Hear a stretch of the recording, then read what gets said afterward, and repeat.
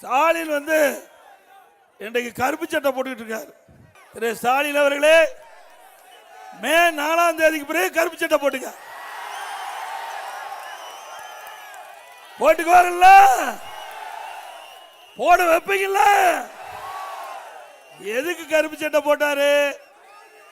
இன்றைக்கு நம்முடைய இதயம் புரட்சி தலைவி அம்மா அவர்கள் பெண்களுக்கு 33% இட ஒதுக்கீடு சட்டமன்றத்தில் நாடாளுமன்றத்தில் வேண்டும் என்று முதல் குரல் கொடுத்த கட்சி அதிமுக கட்சி.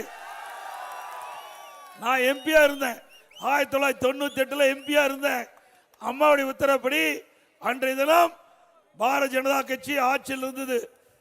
1998 மறைந்த வாஜ்பாய் அவர்கள் பாரத பிரதமர்.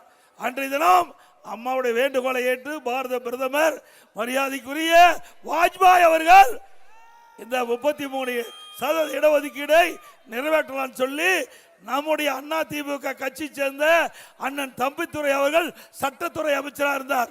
அப்பொழுது அந்த மசோதாவை நாடாளுமன்றத்தில் தாக்கல் செய்கின்ற பொழுது இந்தியா கூட்டணியில் அங்க வைக்கிறாங்களே முலாயம் சிங் யாதவ் அவருடைய கட்சி சேர்ந்த எம்பி நம்முடைய சட்டத்துறை அமைச்சர் அண்ணன் தம்பித்துறை கையில் மசோதாவை படிச்சுக்கிட்டு இருக்கும்போது பிடுங்கி கிழிச்சு வச்சுட்டார். அப்ப நின்று போச்சு. மாண்புக அம்மா அவர்கள் அப்பொழுதே பெண்களுக்கு 33% இடஒதுக்கீடை கொண்டு வந்த பெருமையை சேர்த்தவர் அம்மா. இன்றைக்கு பாரத பிரதமர் நரேந்திர மோடி அவர்கள் பெண்களுக்கு உரிமை வேண்டும், பெண்களுக்கு சம வாய்ப்பு அளிக்க வேண்டும், பெண்களும் இன்றைய தினம் ஆண்களுக்கு இணையாக வாழ்ந்து கொண்டிருக்கின்றார்கள். அப்படி பெண்களுடைய உரிமையை நிலைநாட்டுகின்ற விதமாக சட்டமன்றத்திலும் நாடாளுமன்றத்திலும் 33% இடம் கிடைக்க வேண்டும், இடஒதுக்கீடு செய்ய வேண்டும் என்று ஏற்கனவே சட்டம் ஒருமனதாக நிறைவேற்றப்பட்டு இன்றைக்கு அதுக்கு வடிவம் கொடுக்கிறாங்க.